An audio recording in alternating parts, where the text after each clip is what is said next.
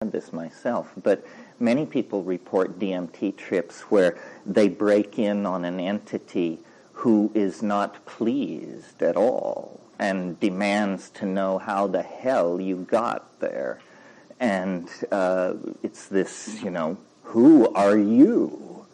And, then various sorts of dialogues go on, and one person described being then just hurled through all of time, like exploded back from this thing and going through all the recapitulation of ontogeny, and it's weird stuff.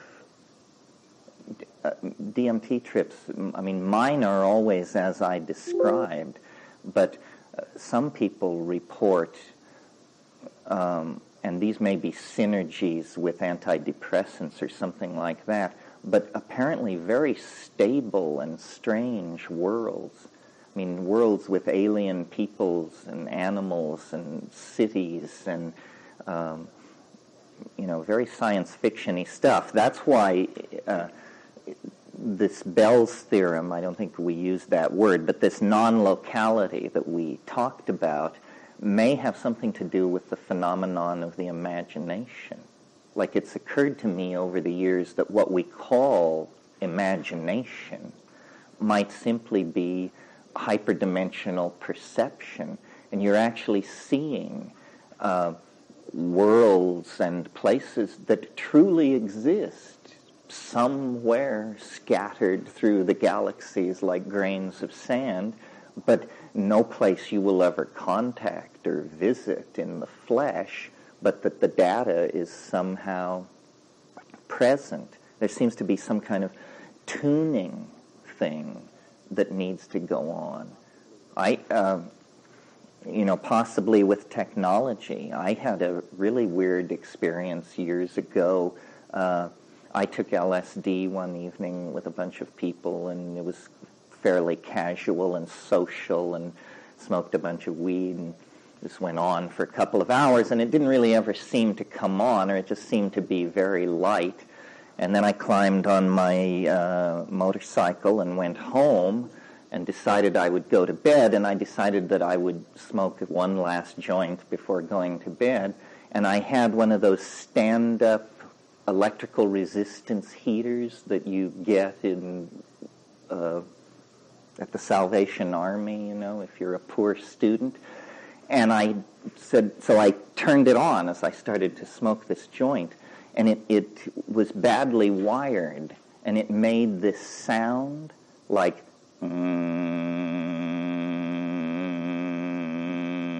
and as I began to listen to this sound, I went to lizard land, and I entered into this completely coherent thing which lasted for hours about this world inhabited by these intelligent reptilian beings.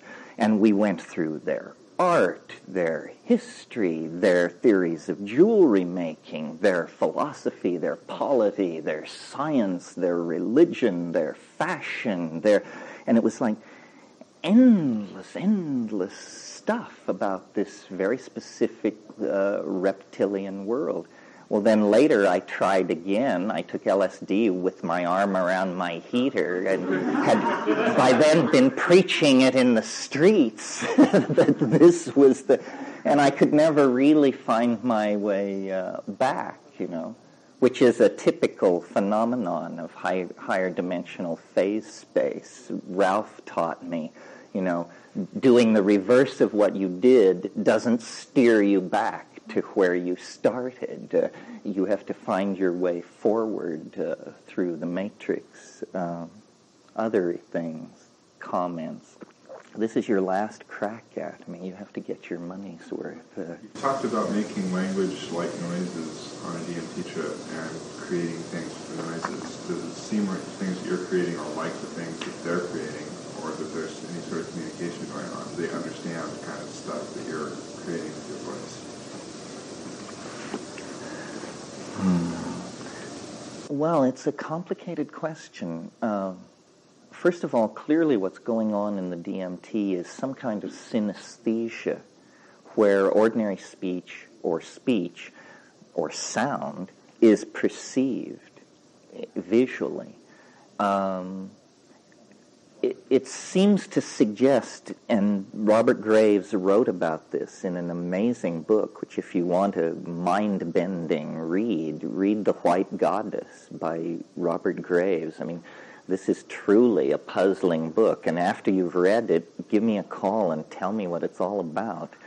But one of the things it's all about is he suggests that part of our existential distancing from reality is that at some time in the past there was a kind of Ursprach, a kind of primal poetic language that you didn't learn from your culture, but that all human beings did this. It was an ingrained behavior. It was a deeper level of language. And of course, in the Bible, you get this curious story of the confusion of tongues that takes place. And it certainly has held human progress down, that we have thousands of languages that are very tortuous to translate between. Imagine the kind of culture we would have built by now if we could effortlessly communicate with everybody anywhere, and they with us.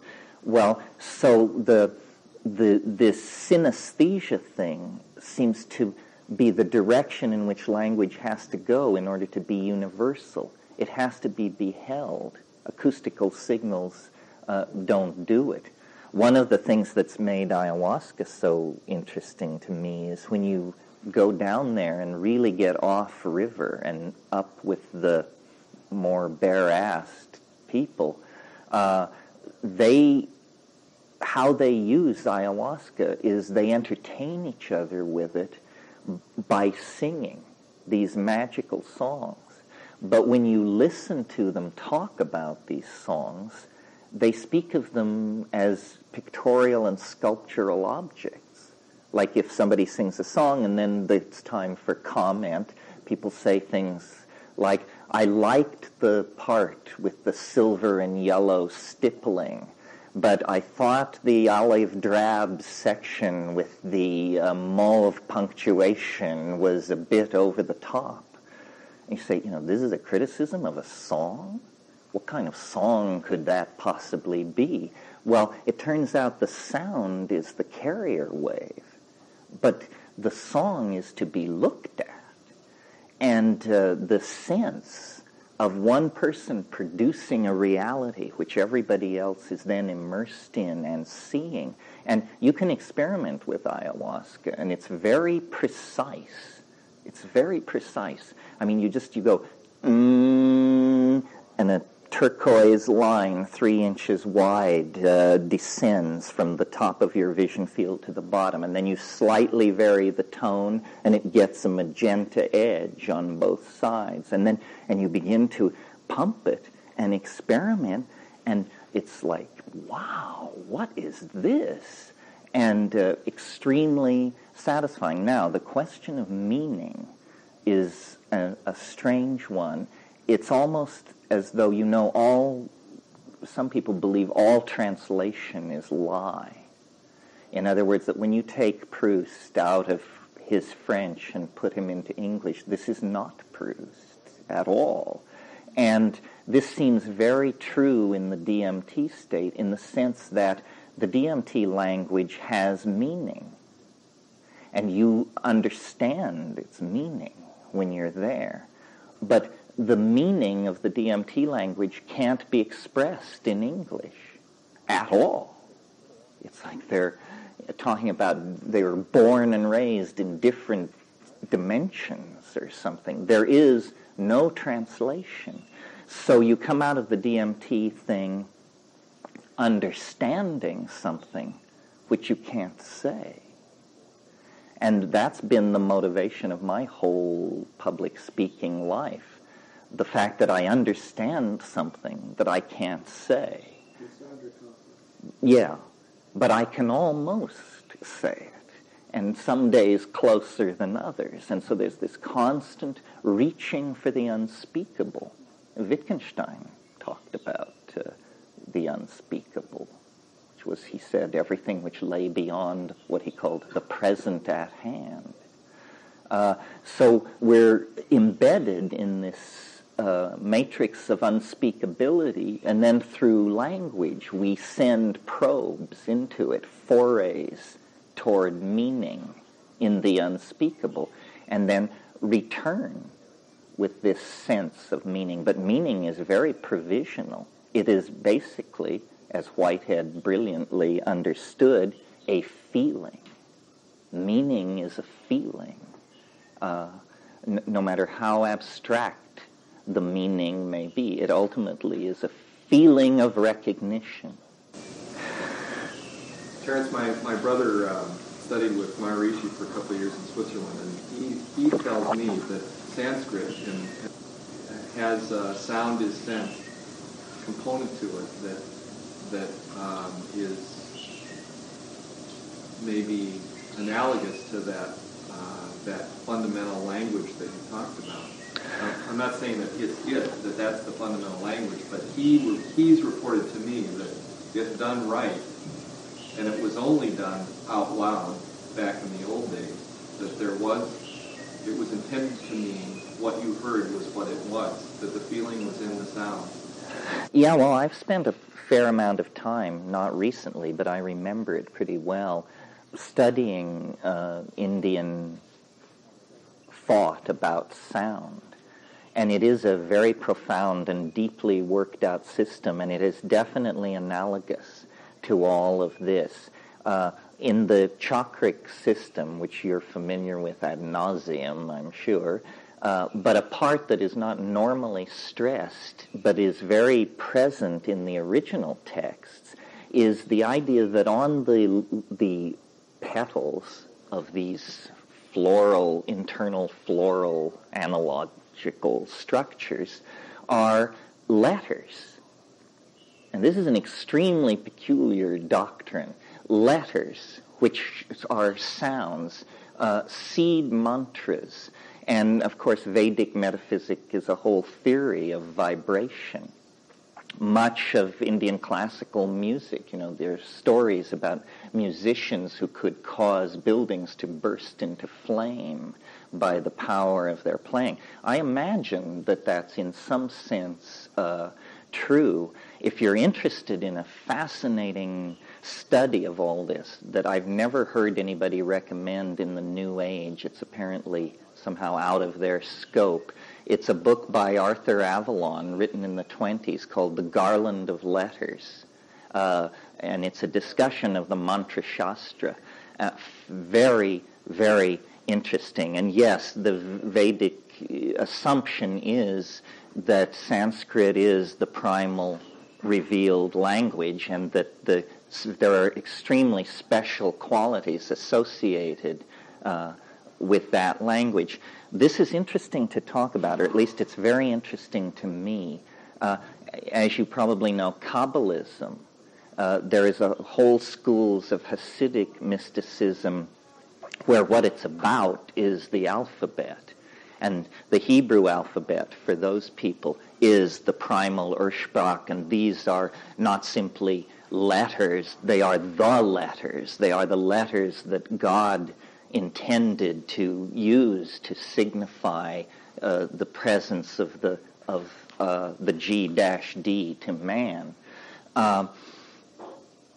Very interesting work on this by Stan Tenen, who's a fascinating figure, sort of like me in a way. I mean, I think half crackpot, half hopefully something else. But Stan has created a three-dimensional object, a sculpture, which, when illuminated with a bright source of light in a series of predictable points, casts shadows of all of the Hebrew letters. Do you understand what's happening here? It means that this object is a higher dimensional analog to the entire Hebrew alphabet, that you could think of the Hebrew alphabet as an object in hyperspace, slice it this way, Aleph, this way, Bet, this way, and so on. I told Ralph about this, Abraham, and he said, whoa, no problem. We could write a computer program that could take the letters of any language and backward engineer it upward to a higher dimension to get an object that would do that for Sanskrit, for English, for Arabic, whatever. And that seemed astonishing to me. And then he said, and you know what we could do once we had achieved that? We could take those probably five-dimensional objects, and we could do the calculation up to 8 or 9 or 10 dimensions, and we would eventually end up with an object that shed the letters of all alphabets into lower dimensions according to the angle of its regarding. Well, this kind of thing raises the hair on the back of my neck. We're actually getting somewhere, folks.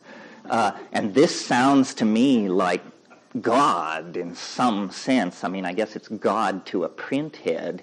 It's God as the fountainhead of all alphabetical and glyphic signification of meaning as it pours through the universe.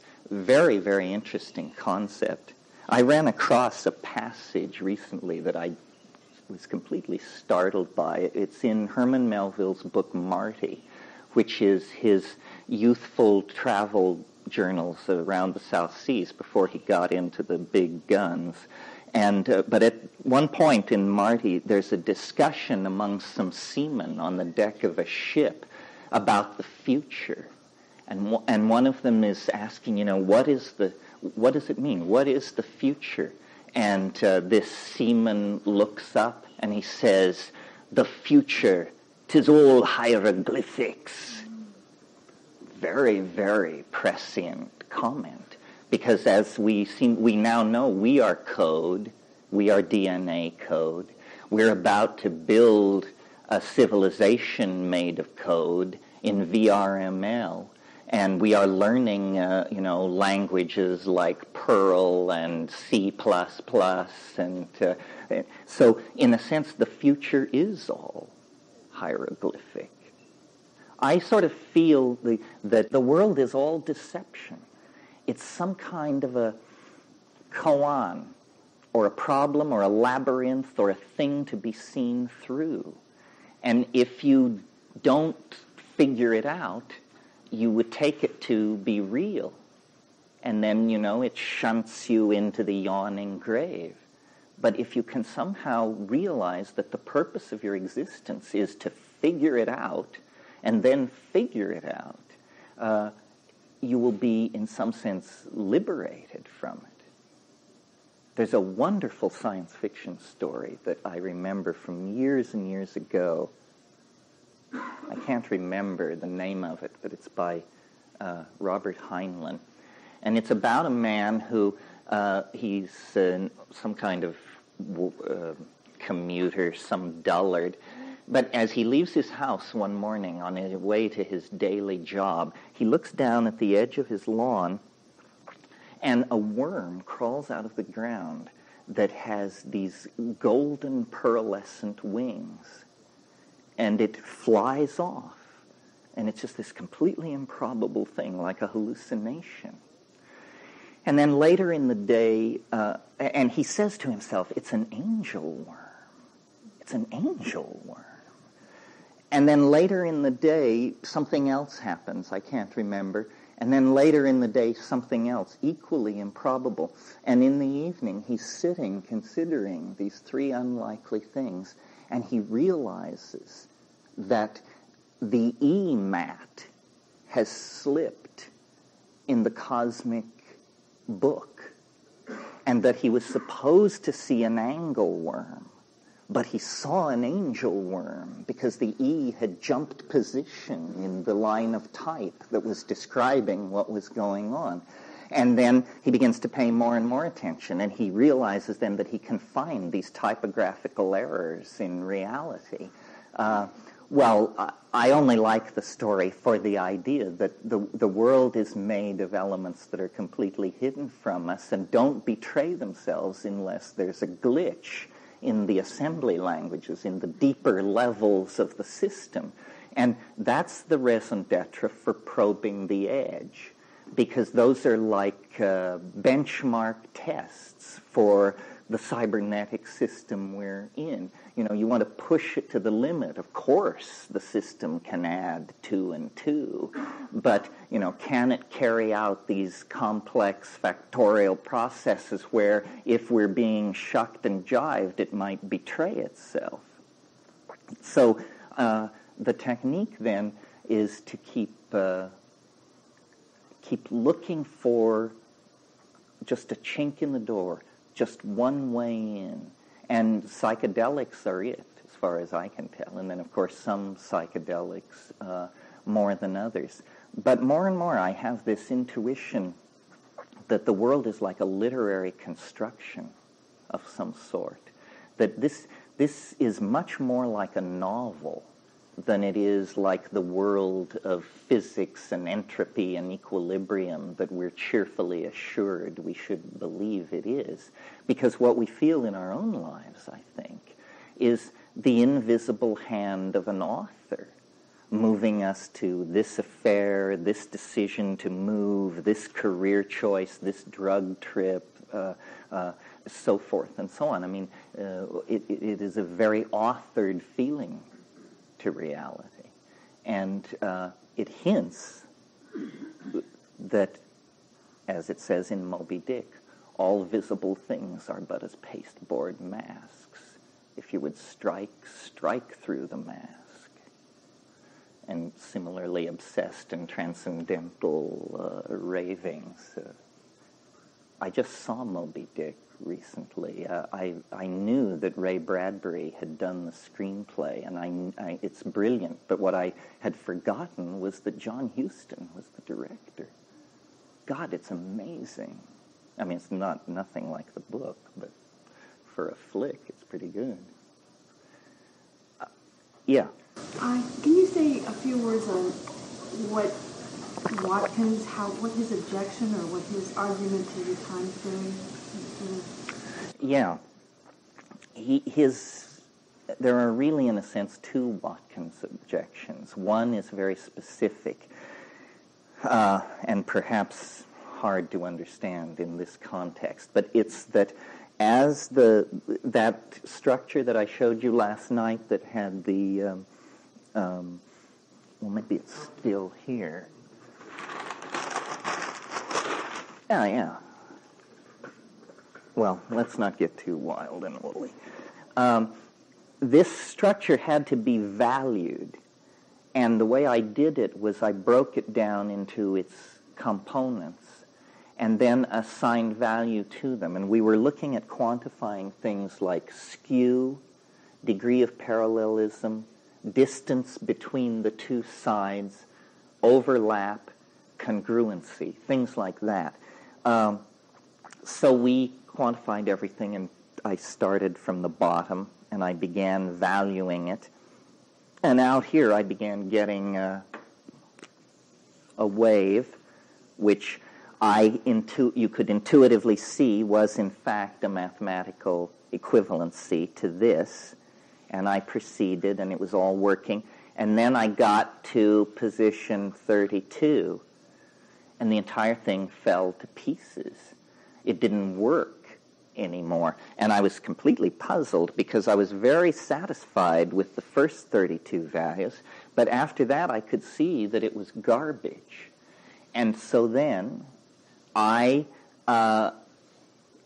noticed that this part of the wave is the same as this part of the wave, and this. So I instituted a new rule, or I added a rule to take care of this symmetry crossover, and I changed the signs of the quantification values as I crossed the midpoint here, and then it worked. And what Watkins objects to is this switch in sign as we crossed the midpoint. Now, Watkins is an algebraist, and my approach to this thing was largely geometric. I believe that I have answered this objection because, and how I do it, and you can see it at the website if this is your métier, I show that without the change of sign, these places where it is parallel and congruent and overlapping do not quantify to zero. And the total intuition of the thing from the get-go was these places where it all falls into congruency will quantify to zero. And they do quantify to zero if you make this switch here. So this is all graphically represented at the website, and I believe, although Watkins terrifies me, but I believe I've got him stymied on this, which it's a good thing because it's a hole in the heart. If he were right, it would be a hole in the heart. But he's not right. Now, the second half of the Watkins objection is slightly more difficult to deal with because but it's also slightly less powerful. And it is that he has written the equation that generates the data points that generate the fractal that we looked at last night. And the equation is a mess. It's just a huge, messy thing. And so he is saying it is too messy. This cannot possibly be the bedrock of nature. If this is the bedrock of nature, then Mother Nature is an hysterical, alcoholic, neurotic, living in the mission who wears fuzzy white bedroom slippers and stays indoors all day watching daytime TV. But I say that perhaps algebra is not, perhaps this looks messy algebraically, but there may be another way to do it that is very elegant because the way I conceived it, it felt elegant at every point. It is elegant, but the equation is not elegant. And so, but let me say, elegance is a relative point. But still, among mathematicians, this is a very big deal. So we'll see. I'm not disturbed by all this. 25 years I promulgated the time wave, and nobody ever said anything other than that it was mighty peculiar, or they signed on completely. So finally, here comes somebody who says, well, no, my dear fellow, there appear to be some problems here. Well, I don't think any idea can conquer the intellectual universe without meeting its critics head on. So here is one, and thank God for it. This means that the idea is reaching a new level of maturity. And Watkins did not come to me as a critic. He came to me as we were going to do some work on the wave involving the search for high prime numbers. And then we went through the manual together, and he said, your theory is becoming very well known, but your language is very imprecise from the point of view of a professional mathematician. So let's go through, and I, as a licensed practitioner of the art, will bring your language into congruence with the style of the field, and this will make you much more credible. But then as we started through it together, he began saying under his breath, oh dear. And so now we'll see. But out of this came, for the first time, Watkins is the first person who ever wrote the equation that generates the data points. You see, all these other people, Peter Broadwell, Peter Meyer, Billy Smith, Leonard Byrne, all the people who worked on it in the original phase used the 384 data points that I presented them with that was the boiled down of this quantification process. Once you have the 384 data points, the algorithm is robust. It's been gone over with a fine-tooth comb by the finest minds on the planet. It's okay. But those early stages on the way to the 384 data points, only my hatchet marks show through the woods. And God knows, if you know me, you know I could easily fuck up. So it's very important for people to go over it. And if any of you are mathematicians or simply motivated toward this, why, check it out.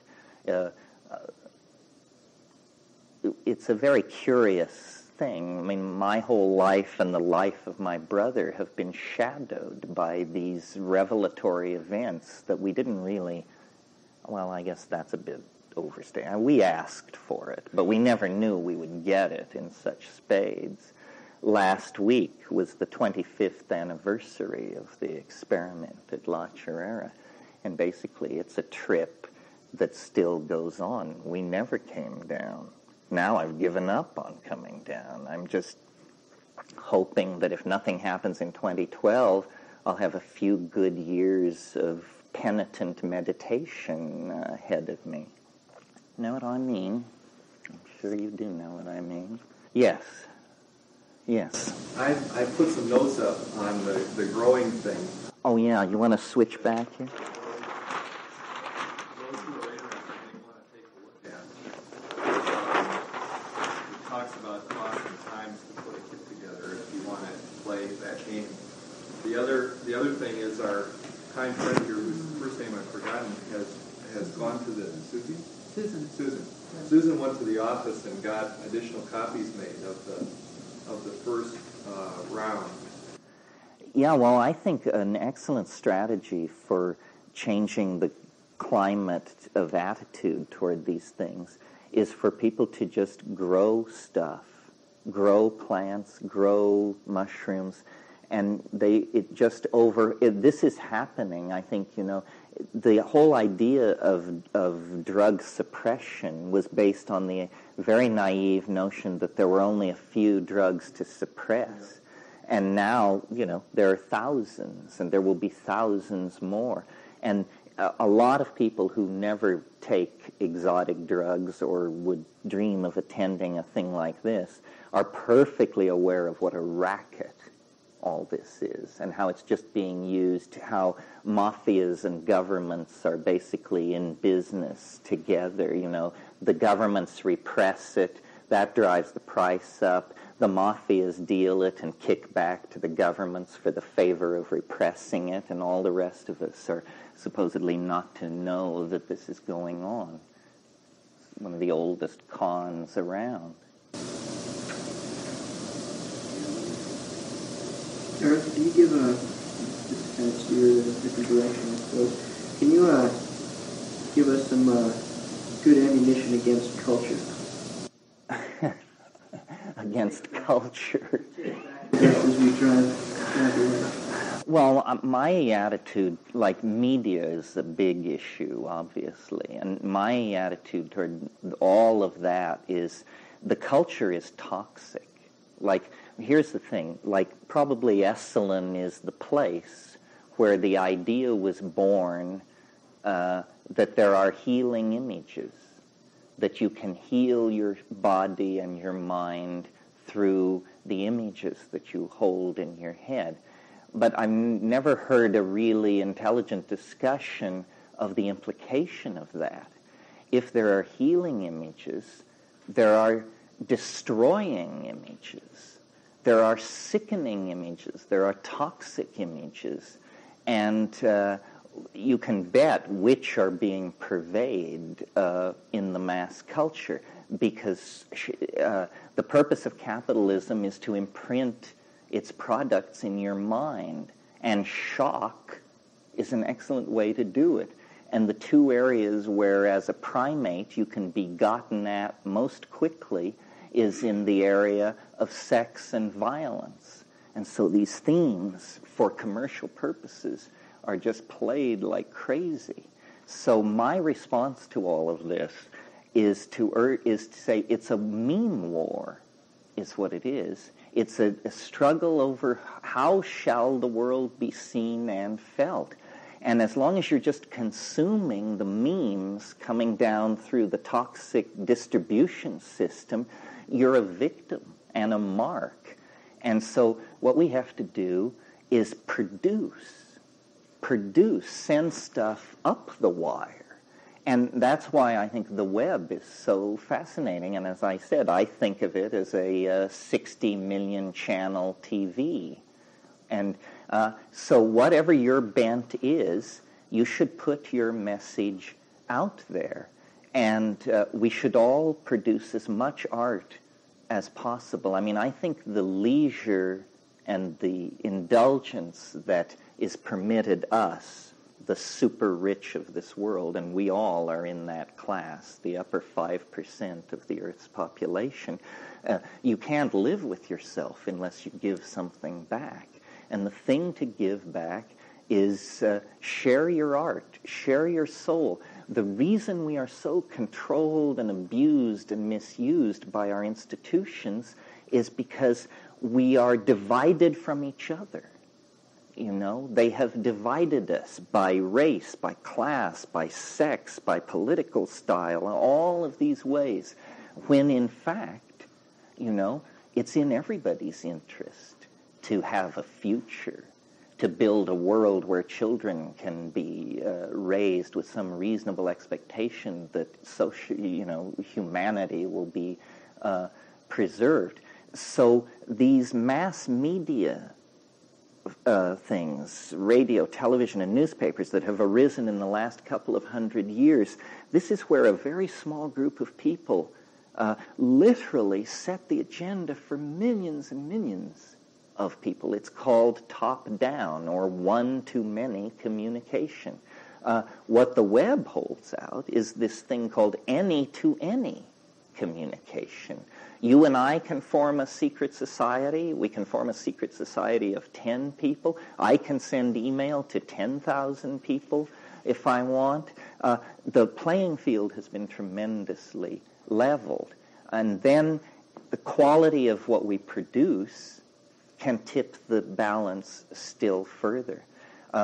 So I think, and the tools that are put in our hands now, Director, Photoshop, all of these things make it possible to communicate outside of these print-created monolithic institutions. We can't really even imagine a world like that.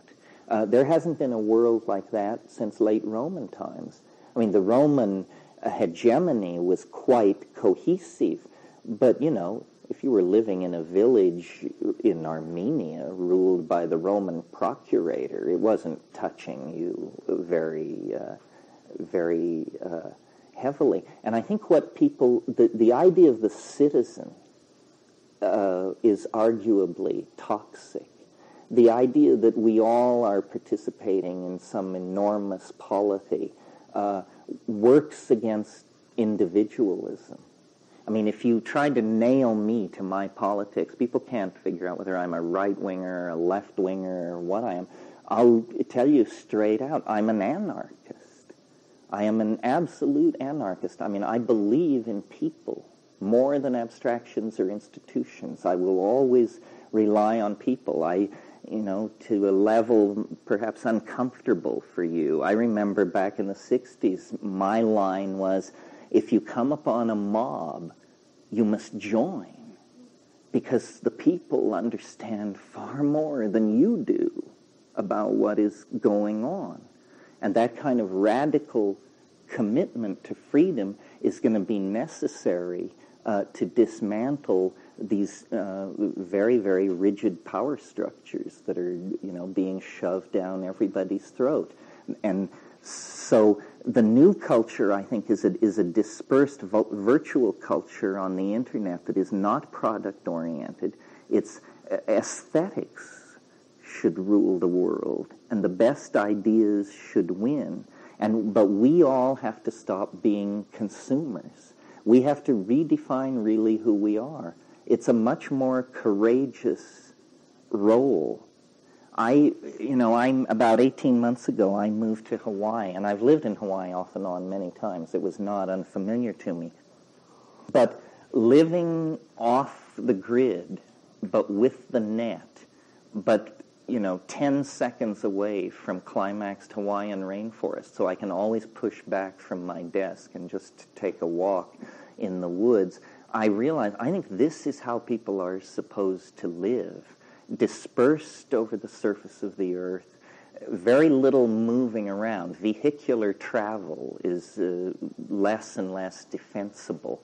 Off-grid, solar electric, information-based, and virtual community that no one can track or criticize because it's all going on the grid.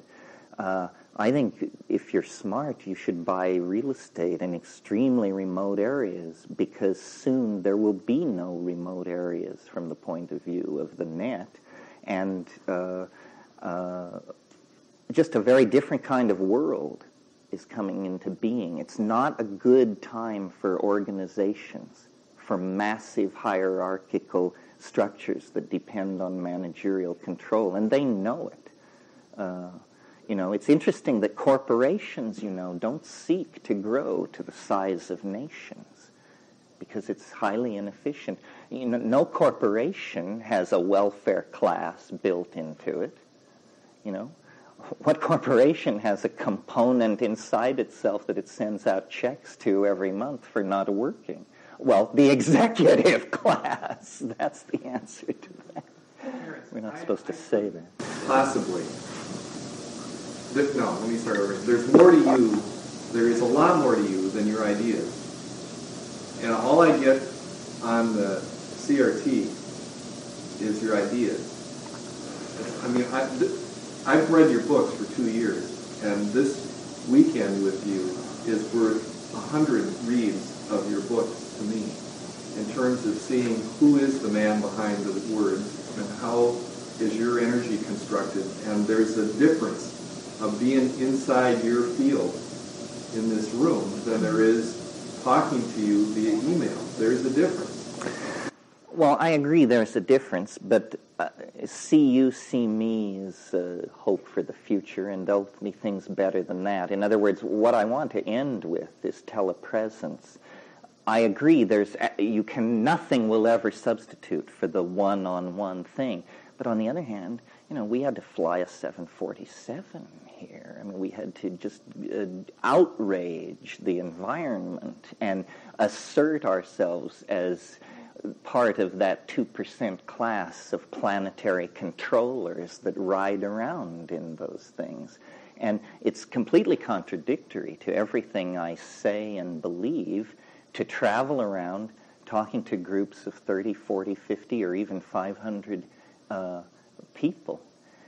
It's a paradox. I don't know exactly how to handle it. Maybe it's okay to live with paradox. But I can feel in my own life that I'll be 50 in November, and I can feel that there's a choice ahead of me, which is I can continue to do this forever at the expense of my own personal advancement into these very mysteries we're talking about.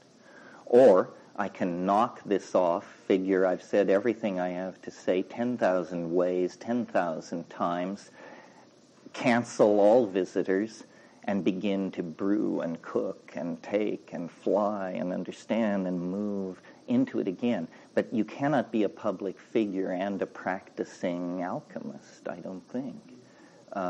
So I think it's fairly clear what my choice is going to be, or I wouldn't be building a house you can't find anywhere. But that's all right. The only way I'm really useful to the society is if I continue to evolve and change, and I feel there's been a kind of looping for a while. So if I disappear off the grid until 2005, then I'll be back for the last act, I'm sure, unless, of course, fate drops the cosmic safe on my head, which there's always that. The cosmic anvil, yes. There's so many of us, though, it would seem, in terms of just human population.